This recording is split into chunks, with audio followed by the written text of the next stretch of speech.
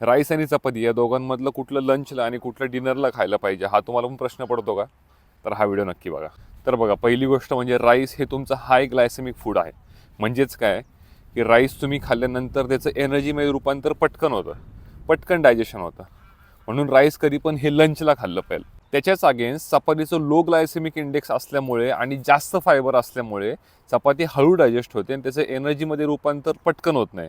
आणि कसं असतं, आपल्या बॉडीची इन्सुलिन सेन्सिटिव्हिटी ही सकाळच्या टाईमला जास्त असते.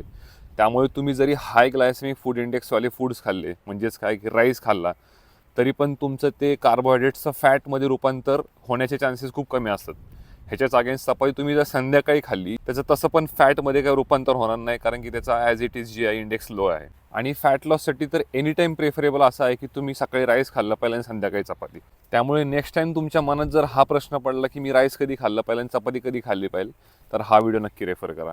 आणि तुमच्या मित्र किंवा मैत्रिणींना हा व्हिडिओ नक्की शेअर करा, ज्याला या इन्फॉर्मेशनची खूप गरज आहे.